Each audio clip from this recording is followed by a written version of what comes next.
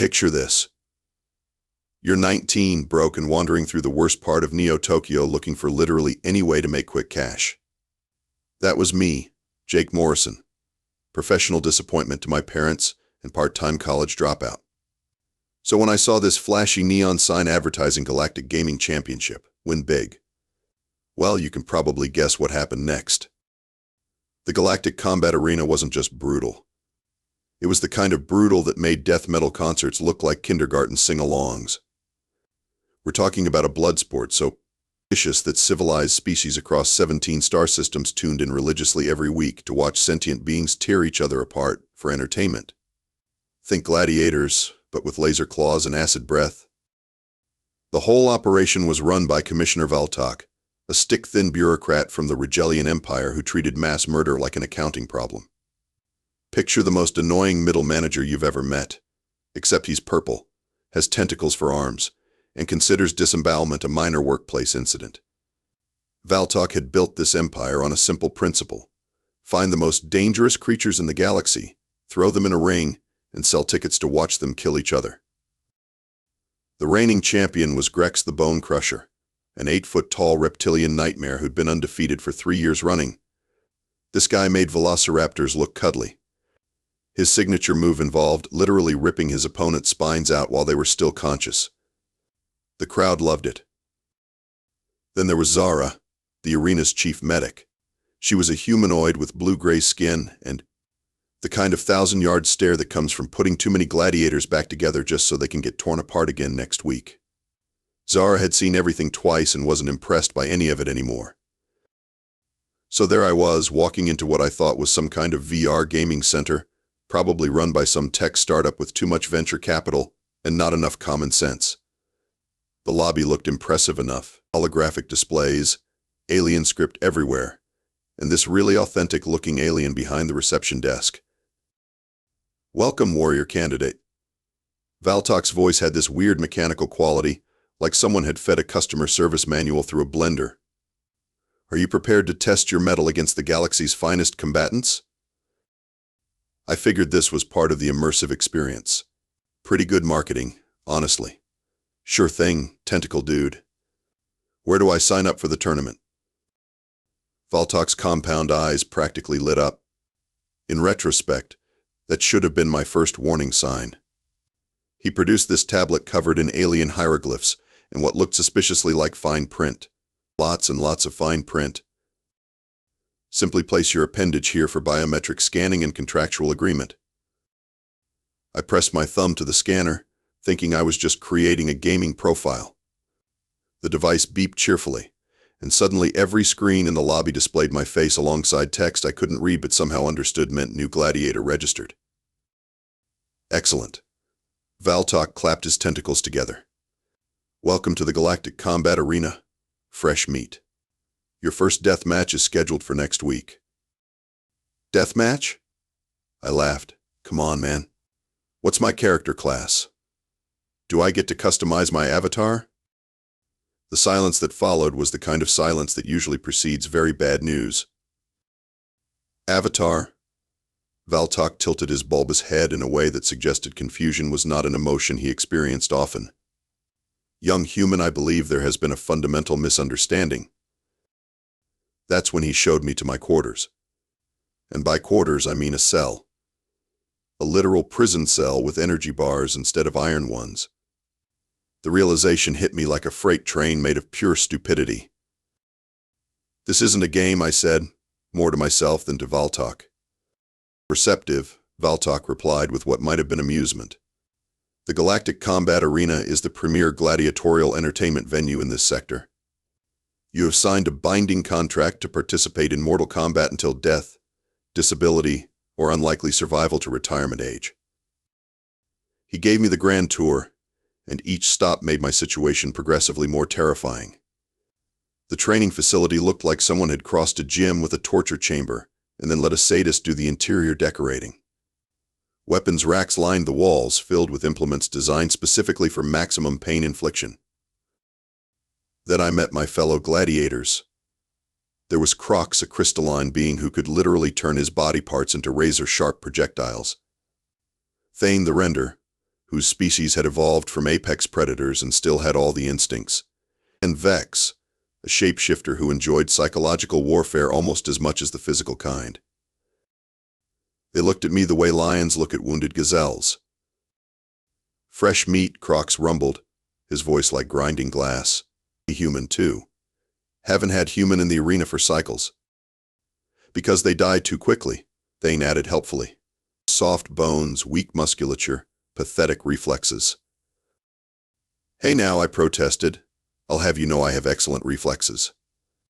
I can hit a headshot from across the map in Call of Duty. The silence that followed was somehow even more ominous than the previous silence. Valtok then explained the rules with the enthusiasm of someone reading warranty information. Gladiators fought in scheduled matches. Winners got better food and medical treatment. Losers got recycled into nutritional paste for the winners. The audience could vote for particularly entertaining combatants to receive special weapons or handicaps for their opponents. But here's the beautiful part, Valtok continued. The contract you signed is absolutely ironclad. Biometrically locked, quantum encrypted, and backed by 17 different star systems' legal codes. There is literally no way to break it. There's got to be some kind of exit clause, I said, my voice cracking slightly. Consumer protection laws, cooling off period, something? Oh, there is one way out. Valtok's tentacles writhed in what I was learning to recognize as his version of smiling. You can earn your freedom by surviving 100 victories in the arena. That doesn't sound so bad. The current record holder managed 43 before Grex tore his head off. I spent the next few hours trying everything I could think of to get out of the contract. I claimed I was a minor. Valtok informed me that by galactic standards, 19 was middle-aged for humans. I said I had been coerced. He played back a recording of me enthusiastically agreeing to test my mettle against the galaxy's finest combatants. I tried claiming mental incompetence. That one actually got some consideration before Valtok decided that stupidity wasn't a legally recognized disability. As reality set in, I realized I had exactly 1 week to figure out how to not die horribly in front of a bloodthirsty alien audience. This was going to require a different kind of strategy guide. My first training session went about as well as you'd expect. I walked into the practice arena with the confidence of someone who dominated every fighting game ever made and got immediately demolished by a training dummy. An actual wooden dummy. It wasn't even powered. Pathetic, muttered Zara, who'd been assigned to keep me alive long enough to provide entertainment value. Your stance is wrong, your balance is terrible, and you're holding that sword like it's a kitchen utensil. Look, I appreciate the feedback, I said, pulling myself off the floor, but I'm more of a ranged DPS kind of guy. Got any laser rifles? Plasma cannons? Maybe a really big gun? Zara's expression suggested she was reconsidering her career choices. This isn't your human video games, Jake. This is life and death. Mostly death. She started with the basics. How to hold a weapon without cutting myself. How to move without falling over. How to dodge without running face first into the next attack. Revolutionary stuff, really. But here's the thing about growing up with video games, they teach you pattern recognition. After getting beaten senseless for the 4th day straight, I started to notice something. Every opponent had tells. Crocs always shifted his weight before launching crystal shards. Thane flexed his claws before pouncing. Even the training dummies had predictable attack sequences. You're starting to think, Zara observed after I managed to dodge a particularly vicious combo attack. That's unusual for a human. I'm not thinking, I corrected. I'm learning the boss patterns. That's when something clicked. I stopped trying to fight like a gladiator and started fighting like a gamer. When Crocs launched his crystal barrage, instead of trying to block or tank the damage, I found the safe spots between projectiles. When Thane went for his signature pounce attack, I waited for the exact moment he committed to the jump, then rolled past him for a backstab opportunity. The other gladiators started paying attention. The human fight strangely, Crocs rumbled after our sparring session. Unpredictably. He's weak, Thane countered, but he moves like he knows what we're going to do before we do it. X, who'd been watching from the sidelines, seemed intrigued. Interesting adaptation. Most fresh gladiators either freeze up or go berserk. This one treats combat like a puzzle. Zara was less philosophical about it. You're going to get yourself killed with these unorthodox tactics. Maybe, I admitted, but at least I won't be boring while I do it. The training facility had become my crash course in staying alive, but I was starting to realize that conventional fighting wasn't going to cut it. These aliens had evolved for combat over millions of years. I'd evolved for sitting in chairs and eating processed food. But I had something they didn't. I'd spent my entire adolescence studying how to exploit game mechanics, find hidden strategies, and turn disadvantages into advantages. Every boss battle I'd ever won had taught me that there's always another way to approach a problem. My first official match was in 3 days. Time to find out if 20 years of gaming had prepared me for anything useful, or if I was just going to die more creatively than usual. Either way, at least the respawn timer was permanently disabled. Match day arrived with all the ceremony of a funeral. My funeral specifically. The arena was packed with aliens from across the galaxy, all eager to watch the new human get torn apart in creative ways. My opponent was Razak the Disemballer, which honestly should have been my first clue that this wasn't going to be a friendly sparring match. Razak stood 7 feet tall, had 4 arms ending in natural blade appendages, and looked like someone had crossed a praying mantis with a wood chipper. Ladies, gentlemen, and assorted sentient beings. The announcer's voice boomed across the arena. Today we present a special treat. Fresh human meat against the seasoned veteran Razak. The crowd went wild. I could practically hear the betting odds shifting against me. Valtok's voice crackled through my personal communicator. Try to last more than 30 seconds, human. The audience gets restless when matches end too quickly. Thanks for the pep talk, I muttered, hefting the basic plasma sword I'd been issued. The gates opened, and Razak scuttled into the arena with predatory grace.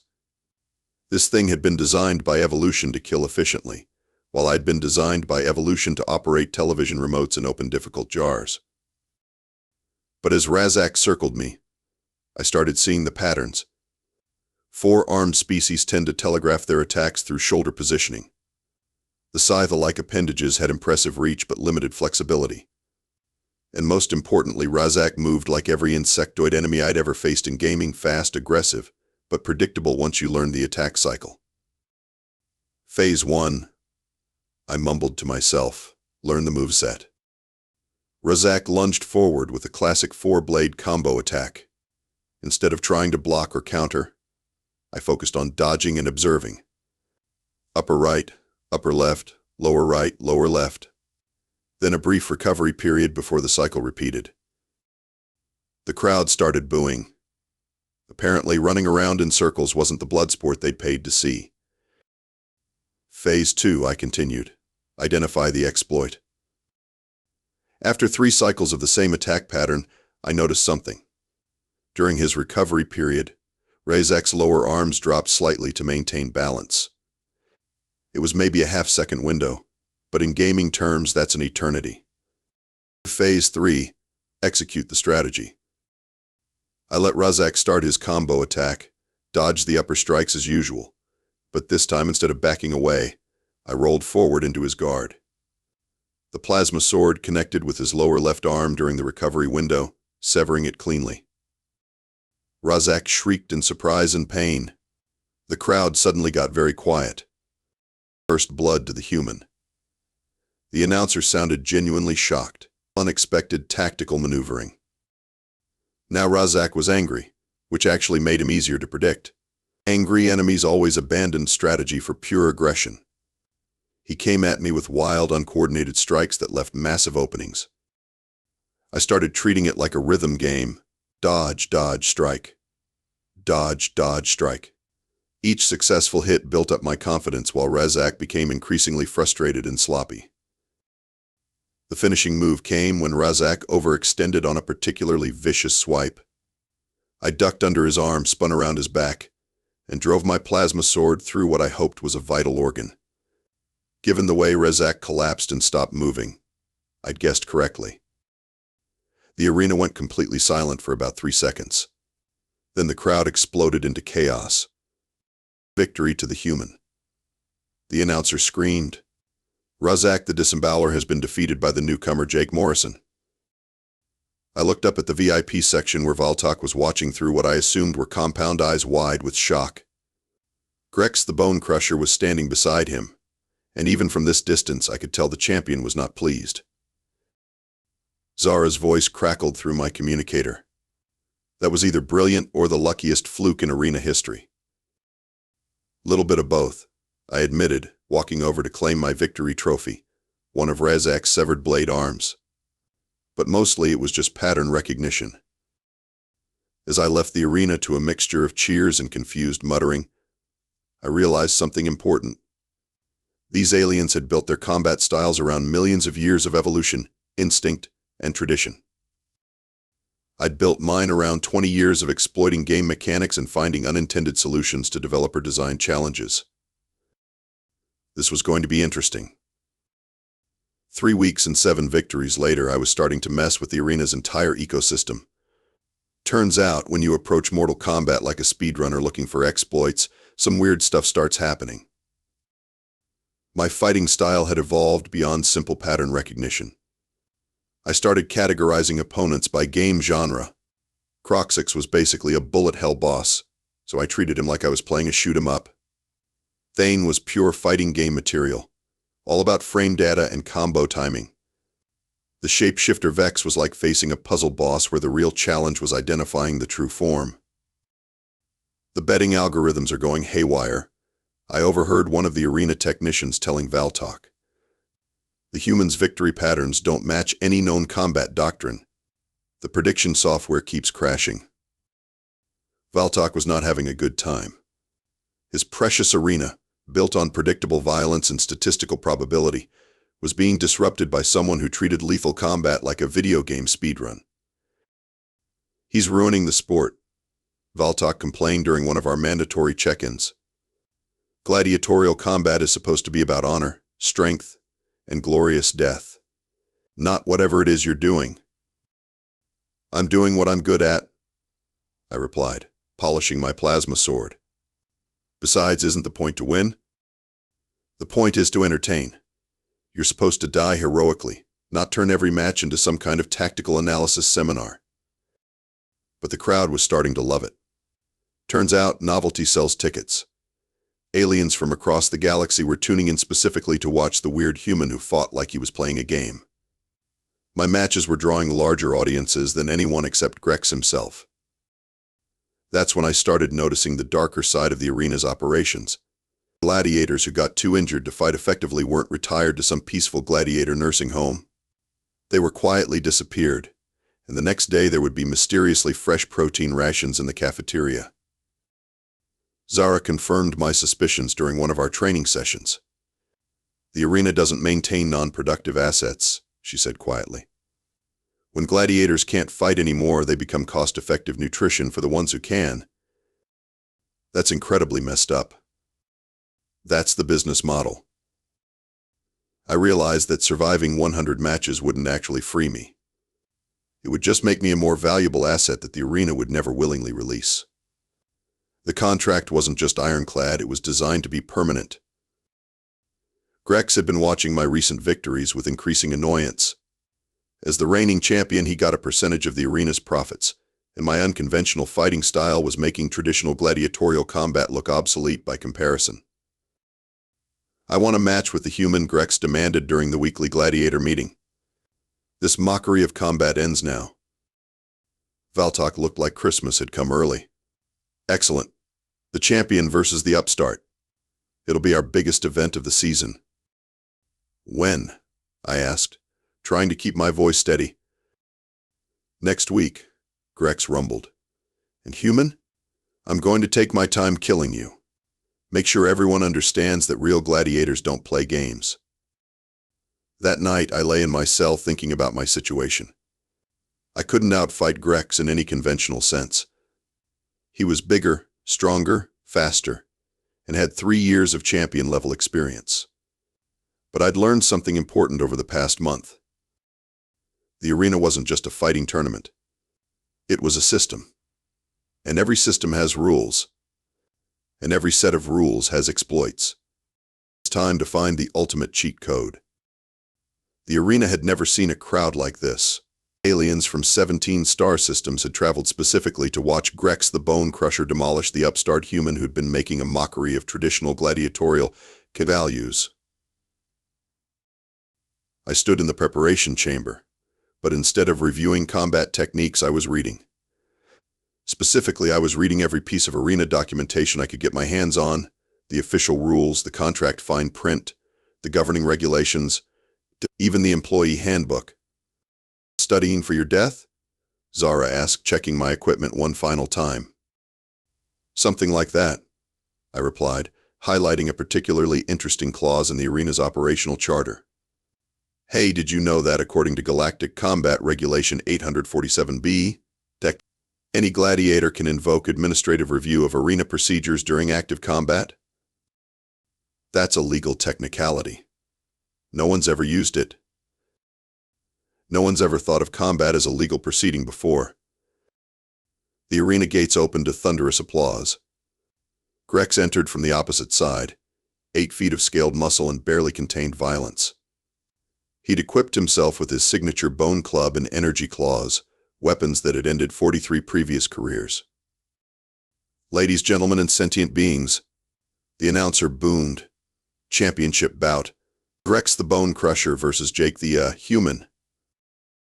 Apparently, I hadn't been around long enough to earn a proper gladiator nickname. Grex approached the center of the arena with the confidence of someone who'd never lost a fight. Any last words, human? Yeah, I said, pulling out my communicator. I'd like to formally invoke Galactic Combat Regulation 847B and request an immediate administrative review of current arena operations. The arena fell silent. Even the announcer seemed confused. What? Grex's head tilted in genuine bewilderment. I'm challenging the legality of this entire operation, I explained, still reading from my notes.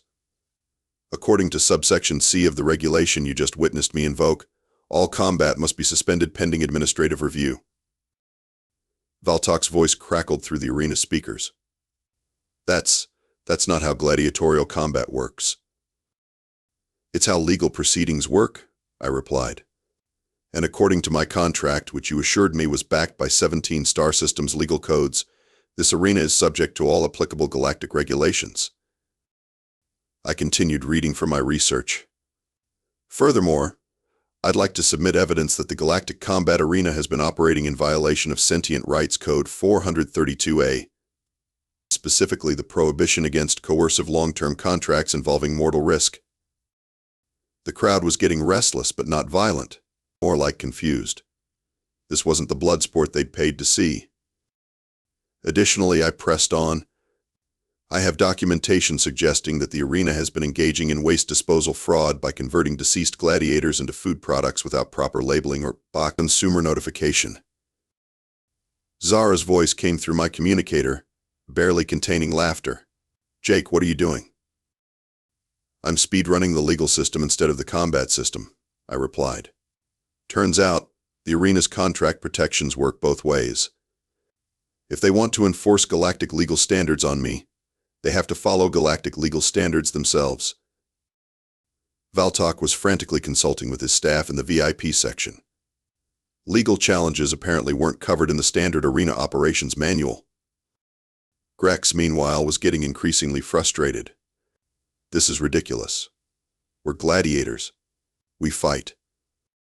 You fight, I corrected. I exploit systems. And this system has more holes than a cheese grater. The administrative review took exactly 4 hours and 17 minutes. During that time, I presented documentation of contract fraud, unsafe working conditions, illegal disposal of biological waste, tax evasion, and about 12 other violations of galactic commerce law. The ruling was swift and decisive.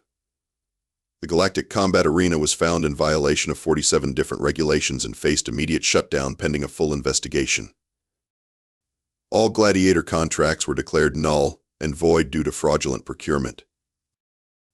I walked out of the arena as a free man, while Valtok was led away in energy shackles for questioning. Grex caught up with me at the exit. That was the most cowardly thing I've ever witnessed. That was the smartest thing you've ever witnessed, I replied. The objective was to get out alive and free, and mission accomplished. Zara joined us carrying a small bag of personal belongings. So what's next for the great gladiator who never fought his final battle?